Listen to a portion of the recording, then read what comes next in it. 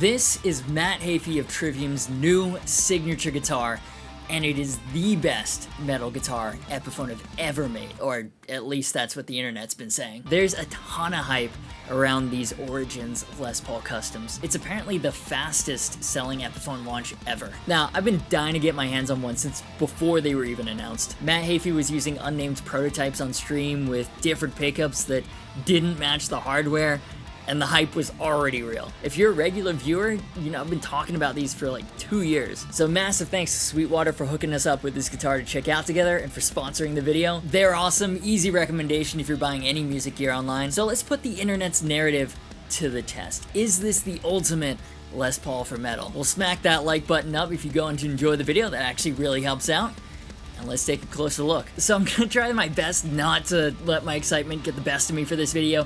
I usually love a good single cut, but the hype is unusually strong with this one. Trivium is the band that introduced me to modern metalcore. Learning Trivium riffs really helped me develop my right-hand rhythm chops, and Matt Heafy is one of the big reasons I was drawn to the Les Paul. You know, you saw the frontman of this young, aggressive metalcore band, half Asian like me, using a Les Paul custom. That was so cool. These Origins Les Pauls were given the name because they're a callback to those original Ascendancy breakout era guitars. The OG Ebony Les Paul custom he started playing when he was 13, that was in the Pull Harder and Light to Flies videos, the White Supreme in the Gunshot video. I still have no idea how he managed to put EMGs in that Supreme, by the way. It doesn't have a rear control cavity, but we move. Now, obviously, that was 17 years ago, so while they look the same, the specs for the Origins are updated to what he likes now. And there's a 7-string in each color, because since then, Trivium uses extended range extensively. So they're kind of like, you know when video games get remastered with modern game engines, modern controls, added features for the current gen consoles? The Matt Heafy Origin series is like the Ascendancy guitars remastered. I feel like when I bring up video game analogies, half of you are like, oh, that makes sense. And the rest of you are like, what a fucking nerd, unsubscribe. We move again. So quick spec overview. Full thickness Les Paul mahogany body with a carved maple cap, set mahogany neck with a speed taper D profile, and an ebony fingerboard with 22 medium jumbo frets. Grover locking tuners and Matt Heafy's custom Fishman Fluent set, which is essentially the modern set with an additional third single coil voice, in addition to the standard active and passive voices. So on paper, very much a classic Les Paul custom with a few modern upgrades. In practice though, well, that's what we're here to find out. And my favorite way to do that is by writing riffs. See what the gear inspires. All right, let's get to grips with this guitar and write some great value Trivium. Easy as that, right? So my top 3 favorite Trivium albums in order are In Waves, Ascendancy, and Shogun. I think I'm gonna save the Shogun vibes for when I get the 7. So I'm gonna go for like kind of a unholy matrimony of Ascendancy and In Waves vibes. I gotta say, this is like the sleekest Les Paul I've ever tried, to the point where it kind of doesn't feel like a Les Paul. It's so light. Man, Epiphone has really stepped up their game with this fingerboard. The fretwork, no complaints, but the big thing, they've actually rounded the fingerboard edges. I wouldn't say it's quite as good as LTD yet, but still, man, this is really comfortable.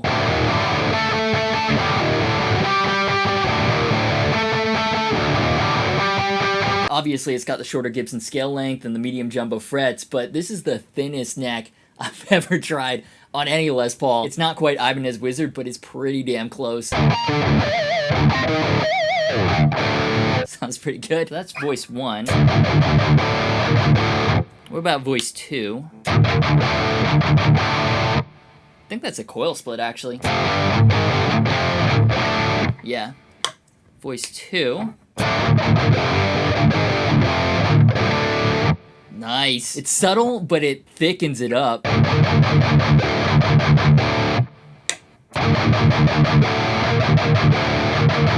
Yeah. Voice 2 is the passive voice, voice 1 is the active voice. That's why voice 1, it sounds a bit colder, a bit more like the EMGs.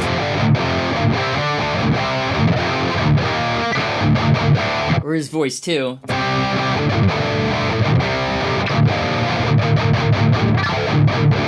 it's a bit more Seymour Duncan, bare knuckly. By the way, these knurled knobs are great for the voice changes. By itself, I mean, I'm a big fan of huge and chunky tones, so I really like voice 2. But in the mix, and especially since we're going for a Trivium tone, voice 1 is where it's at. That rain riff, by the way, I still think it's got one of their best intro riffs ever. It's a great blend of early 2000s metalcore and thrash.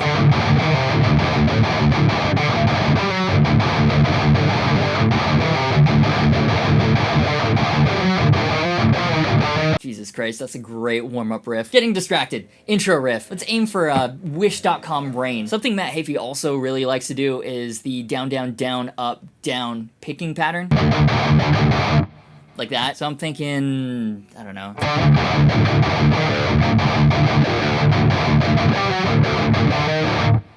I like that first bit. And then we gotta do something.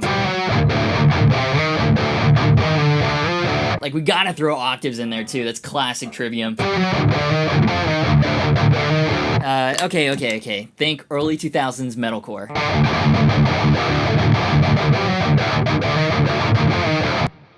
Alright, that'll do. And then second repetition, maybe something further up.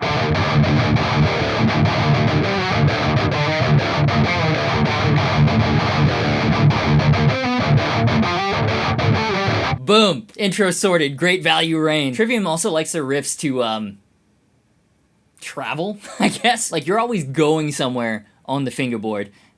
That sounds really stupid. Alright, let me try to explain that. So it's kind of like... traveling. It's like your hand is a little nomad.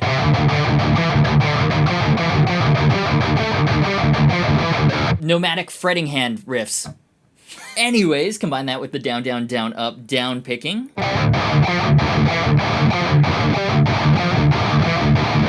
And then change the root note for picking, so...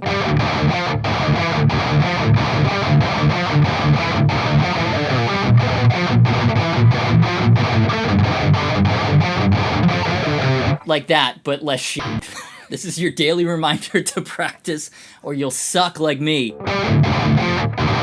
Fucking hell. And then for the second repetition, you gotta throw in the harmony. And they like doing the, well, I don't know what it's called. So if you got your note here, you go up 2 notes in the scale. And that's the harmony.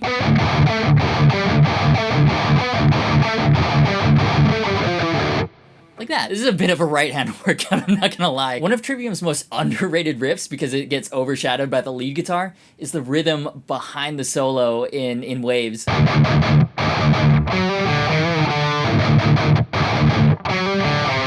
Like, there's something about that combination of slides and open notes.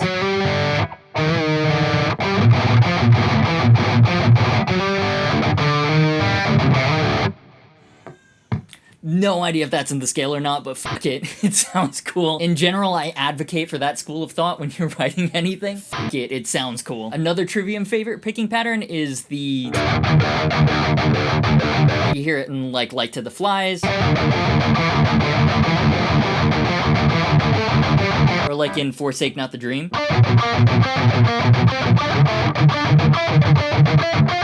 So I'm thinking if we go descending...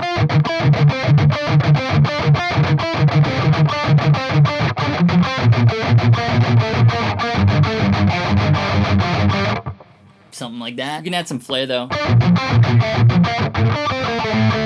Fuck, I suck. I'll practice that one off camera, and with the help of movie magic, by the time that you see me play it for the demo track, I will have perfected that. No one needs to know how long it took me to nail it. And I know I said I was gonna try to keep it ascendancy and in waves, but I really like the lead pattern they did in the Heart From Your Hate.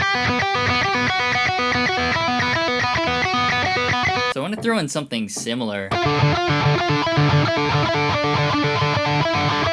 Yeah, something like that maybe, but that's about where my lead ability ends. And is it really a Trivium song if it doesn't have some blistering Trivium solos? I've got an idea about that though. Hey, dude, you busy? Well, it's not Corey, but it'll do, I guess. So I think we've got enough riff ideas here now. I'm gonna go ahead, work on this off camera, and, you know, fucking practice, and I'll meet you back here for the demo track.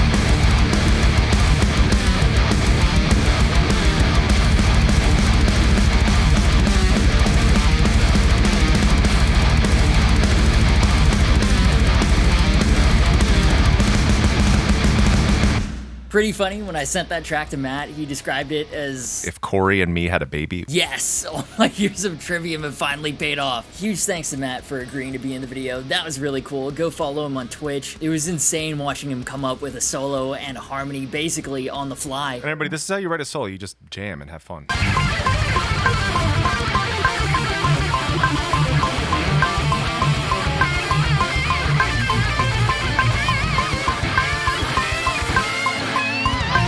Something like that, where it sounds like it's a me solo into a Corey solo. Then watching him come up with another solo because he accidentally deleted the first one. Unlucky. Yep, I deleted the solo.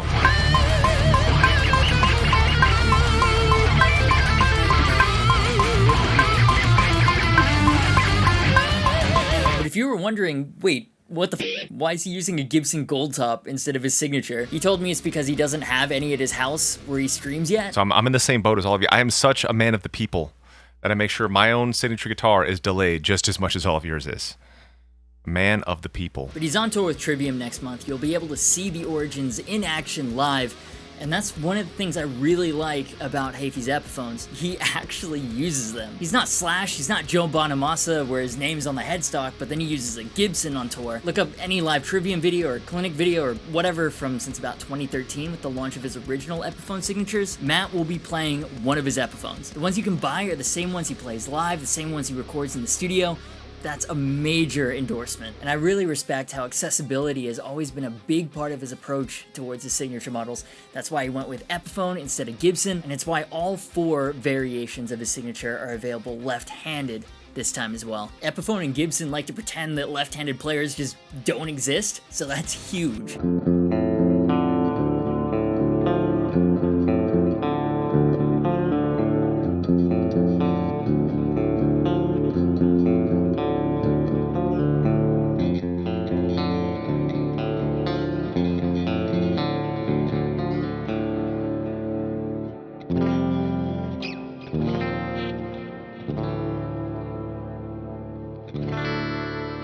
It's difficult to talk about the Origins without talking about Matt Heafy's previous signatures. I mean, it's kind of his own fault. The Snowfall is hands down one of the coolest Les Pauls to have ever existed, pun fully intended, and I'm still mad at myself for not picking one up when they were in production. They used to come with signed COAs, which was really nice case candy. Ironically enough though, they didn't come with cases. I like that all the Epiphone signatures do come with hard cases now, and they've got exclusive graphics like Heafy's signature on this one, Slash's Scully on his, and I mentioned it in the Slash video as well. I really want them to bring back the signed COAs. It's a small gesture, it added a lot to the experience, and it just kind of sucks that there's no real artist case candy anymore. Although in this case, Sweetwater took it upon themselves to provide where Epiphone would not. Lame joke. We move. The Origins Les Paul genuinely feels like playing a Super Strat that's got a thick body and a Tune-o-matic. The Slim Taper D is the thinnest neck profile that Epiphone has, and this particular guitar is super light. This is basically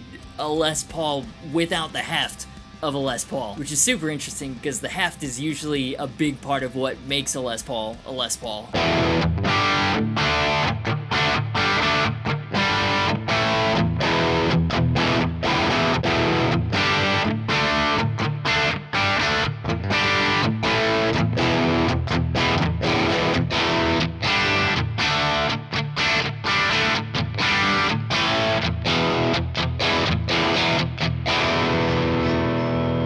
These pickups, man, they're so articulate, they sound so good. The 3 voices, it's like having 3 sets of pickups in one guitar. They're so versatile, and they're just a joy to track with, especially since this guitar actually stayed in tune. Not something you can say about every Les Paul. Thank you, GraphTech. The Grover locking tuners are also a nice upgrade over the previous signature. The Posi Lock strap buttons are pretty cool too. I think it's short for position lock, and I had no idea these even existed. Put the strap on, twist, and they act as strap locks. It's so simple, it works. How is this not a standard thing? And this is the best job I've seen Epiphone ever do on a fingerboard. Okay, like there is some excess glue in a couple of places, but I mean in terms of playability, the fretwork is great, no scratchy frets, which historically has been a weak spot for Epiphone. The binding has also been really well rounded, so it feels super comfortable and broken in. Again, another historically weak spot for Epiphone they seem to have improved massively on. Very encouraging to see from Epiphone. This is a fantastic player.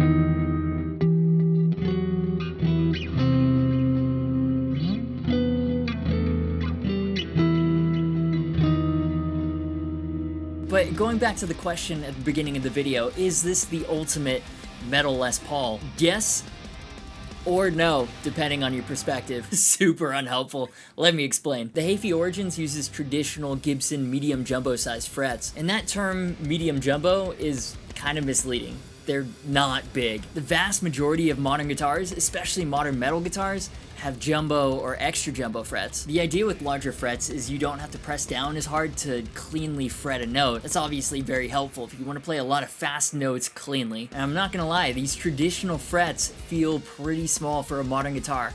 They're absolutely dwarfed by the railroad tracks that ESP or Jackson used, for example.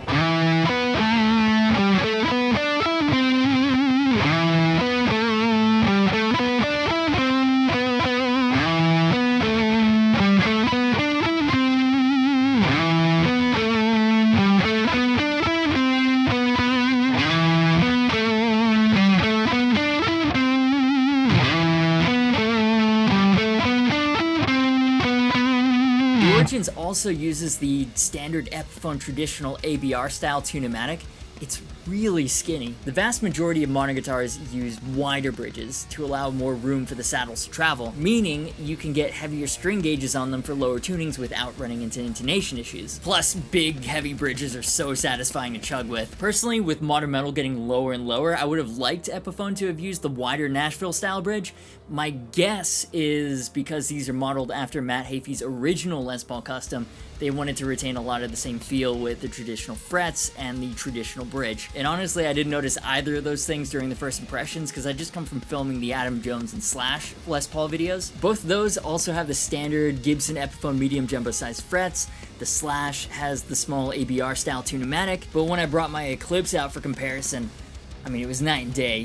These are pretty small for a modern guitar. Now, let's talk about the neck heel, because that's been kind of a contentious issue. The Origins uses the modern neck heel, his older signatures use the Axis neck heel. Matt's explained the justification for it. There's more material here, so it's more stable. And because the modern neck heel doesn't remove a ton of wood, it cuts in maybe a centimeter, it still gives you a place to anchor your thumb at a similar angle. Basically, same general feel as a traditional block, but better. Now, personally between the two, I still prefer the Axis. It's because I'm more of a rhythm player. The only reason I'm ever up there isn't to throw down some leads on the higher strings, it's to riff out on the lower strings.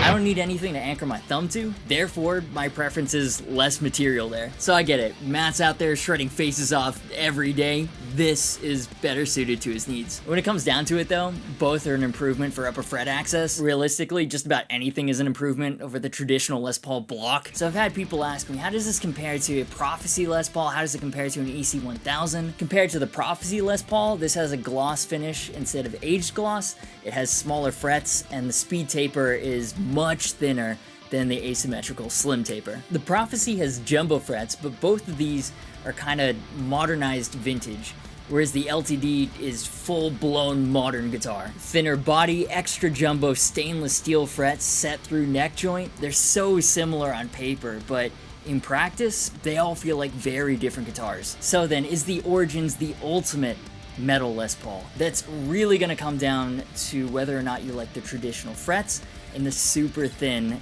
D neck shape. No one else is doing this particular take on the modern Les Paul. Objectively, this Origins is the best quality Epiphone example I've ever played, and subjectively, I love the way it looks, I love the way it sounds, I love the design philosophy behind it. It's a timeless Les Paul custom with a unique mix of modern and traditional specs, and yes, it very much chugs. So that's about all I have to say on the Origins Les Paul custom.